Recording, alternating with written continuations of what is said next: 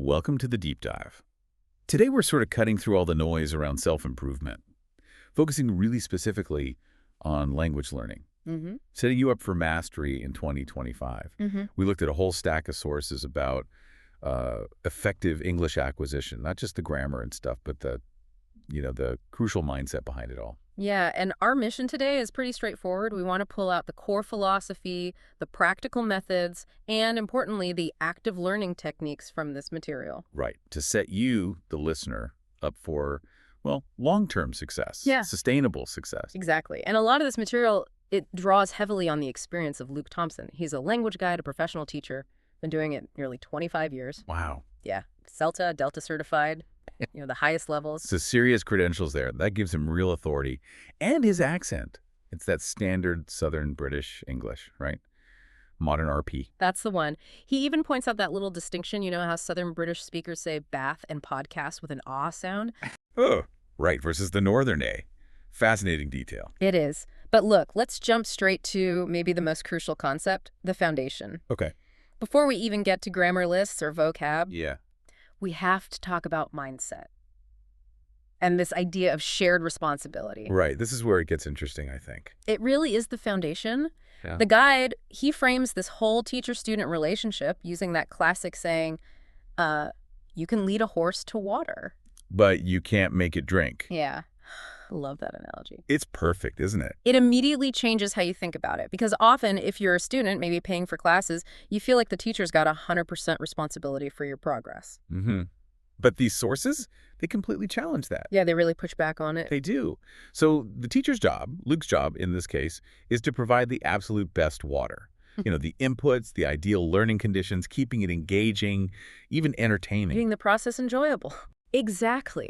But the ultimate responsibility to actually drink that water, to engage with it, absorb it, learn from it, that lies entirely with you, the student, the horse in the analogy. And he puts a number on it. That's what I found really striking. Yeah. He estimates that he, the one providing the material, might only be responsible for, say, 50% of the opportunity. Right. Or maybe even as little as 20% if the learner's just passive about it. That's the bit that makes you stop and think, isn't it? If the teacher is only doing, let's say, 20%. Then you, the learner, have to bring the other 80%. It's huge. It's massive. And it's not just about showing up. It's about actively engaging outside of class time or listening time. Okay, but hang on.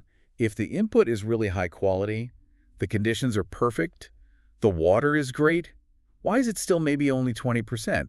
Doesn't that kind of undermine finding a great teacher or a great resource? Not really, no. Think about it like this. The teacher makes sure the water is clean, easy to get to, tastes good, basically. That's vital. Sure. If the water's bad, you won't drink. Exactly. Polluted, impossible to reach. Forget it.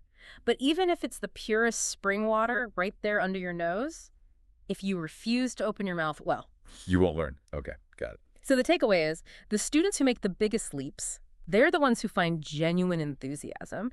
They actively apply themselves. And they don't try and blame the teacher if it's not happening fast enough. Precisely.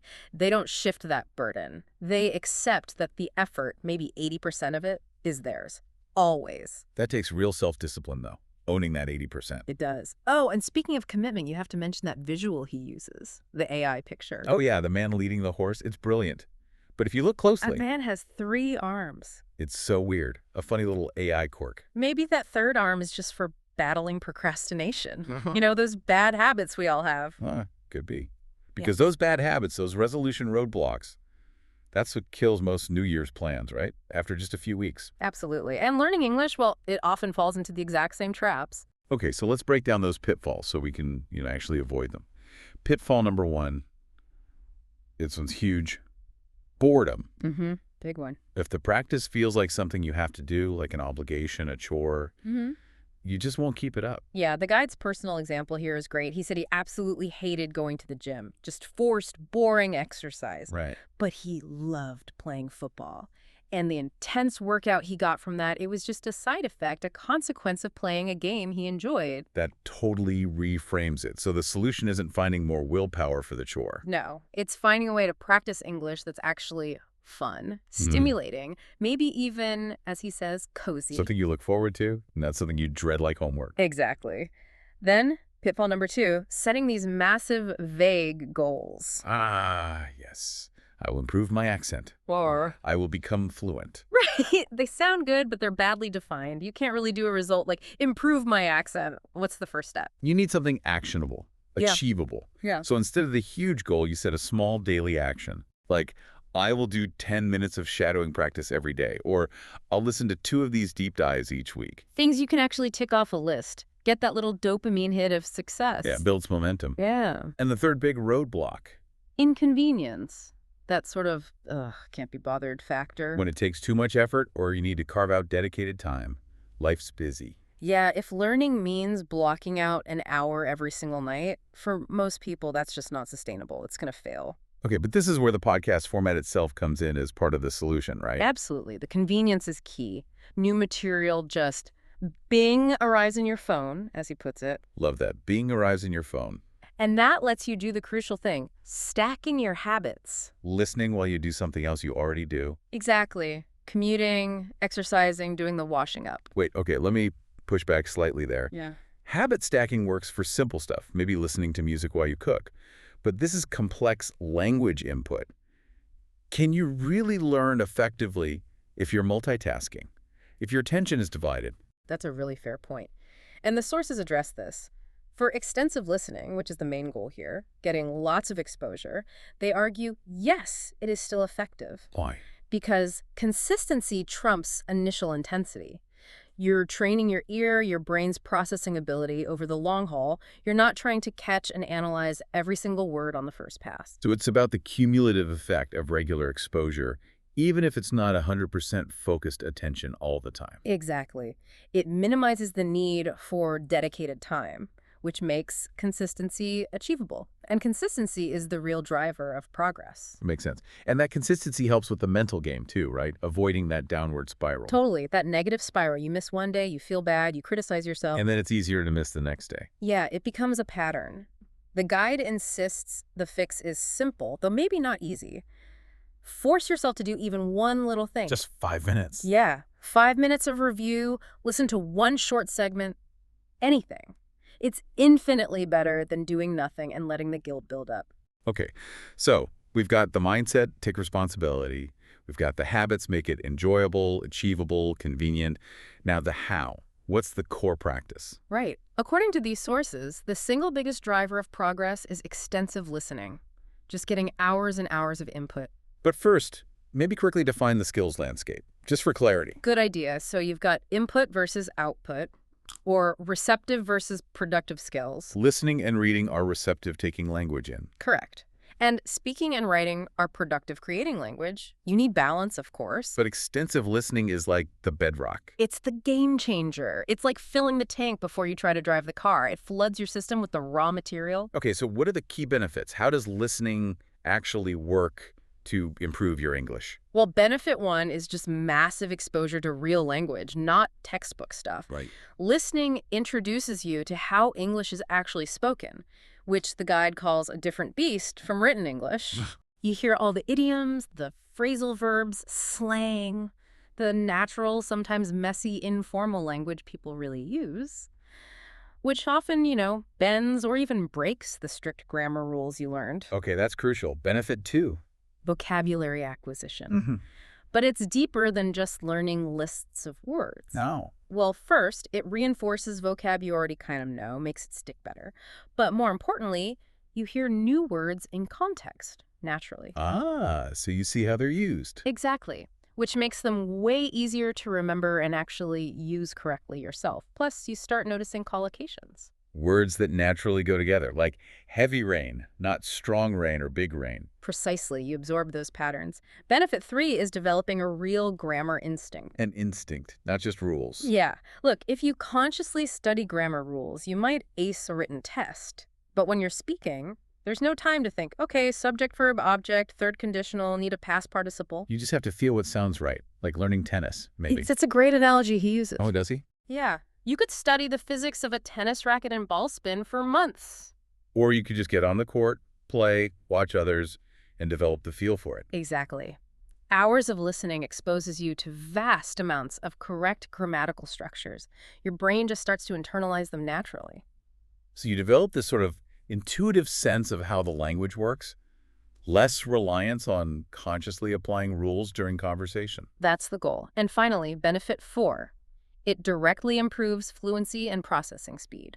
How does listening make you speak faster? The more you listen, the more the rhythms, the patterns, the intonation of spoken English leave an imprint on your brain. Okay. This speeds up how fast you can understand what you hear, obviously, Yeah. but it also helps you produce English more smoothly. Because you start thinking in English patterns rather than translating. Yes, it helps you speak English more like it's actually spoken and avoid that slow, painful word-for-word translation from your native language in your head. Right. So massive benefits just from listening. But that's mostly passive, isn't it? It is powerful, but yes, largely passive. It's the essential stepping stone. But active engagement, that's the accelerator. That shifts your progress into a higher gear. Okay, let's get into these active techniques. The first one sounds key for pronunciation. Shadowing. Can you describe that? It's not just repeating, is it? No, it's much more intense. Shadowing means you pause the audio after each sentence, or maybe even just a short phrase, Okay. and then you immediately repeat it aloud. But the key is how you repeat it. You have to really focus, try to mimic the speaker's pronunciation, the intonation, the music of the speech, and the rhythm as closely as possible. Like being an actor copying a voice. Exactly. It's a real physical workout for your mouth and your ear. It directly tackles accent and fluency together because you're practicing the physical act of making those English sounds and stress patterns. Got it. Intense but direct. What's the second technique? Deep segment work. So you don't necessarily need to shadow a whole 2-hour deep dive. That would be exhausting. Right. Instead, you pick short segments, maybe bits you found interesting or parts that were difficult to understand. And you really mine them. How? What do you do with them? Several things. You could just listen to that short bit multiple times. Or do old school dictation practice, listen and write down what you hear. Okay. Or even try transcribing it. The source mentions you could even use free AI tools to transcribe short bits just to get a first pass, and then compare your attempt, or the AI's attempt, to the official transcript. Ah, so you see exactly where your ear is missing things. Precisely. It highlights the gaps. And the third technique is vocabulary activation. Moving from just recognizing a word to actually being able to use it. Receptive to productive. That's the goal. And for retention, the key is spaced repetition. Reviewing words or phrases at increasing intervals. Flashcards are great for this. But there's a specific way to use them effectively, right? Yes. The source really stresses personalization. Don't just copy a dictionary definition onto your flashcard. Make your own example sentence. Yes. Use examples related to your own life, your own experiences.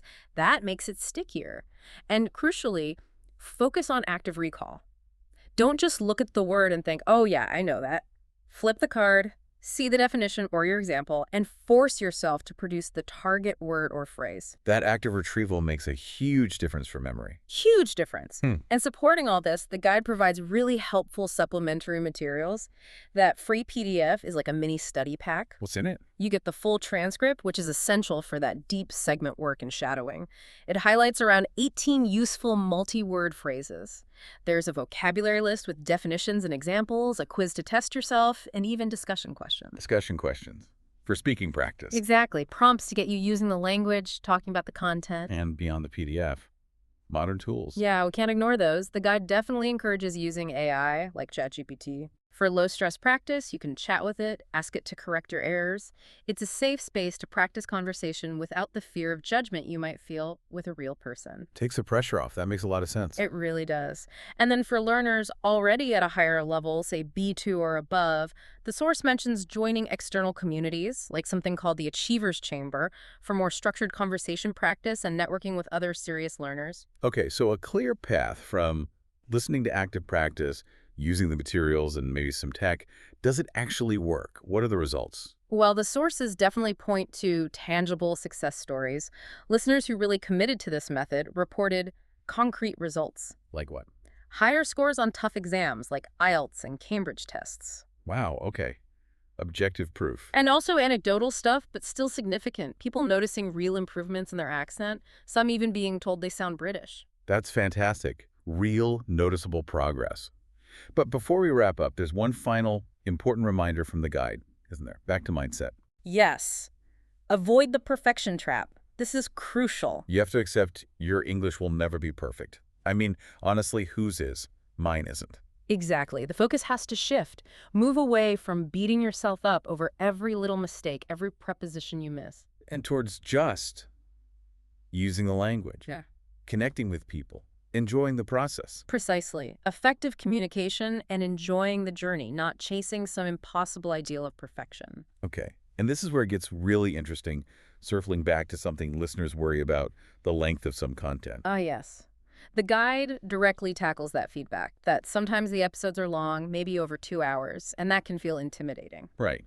But his reason for that length, it's not just about packing in more information, is it? Not at all. It's actually a cognitive strategy, a deliberate choice. Go on. He argues that the extended length provides a unique cognitive benefit. It's designed purposefully to train your brain, Train it how? to focus for longer stretches of time. It builds your concentration span, your mental stamina. So by regularly listening to, say, a 2-hour deep dive, you're basically doing endurance training for your brain. That's exactly the idea. You're strengthening those mental muscles. And the payoff. If you get comfortable handling a 2-hour language task, then when you face something shorter, maybe a 1-hour meeting, or even a high-pressure timed exam like the IELTS, which is about 2.5 hours long, It feels easier, more manageable. substantially easier. Yeah. Because you've trained for longer distances, essentially. So the content itself is improving your language, but the format is improving your focus and stamina. That's a brilliant reframing. Yeah. A real method to the madness. It builds genuine resilience. It does. So you've got the mindset, the techniques, the tools, and even a justification for committing to longer listening sessions. It's about embracing the enjoyment, embracing the length, and just being consistent. You've got the deep dive now. The mission, should you choose to accept it. Start drinking the water. Exactly. Start drinking.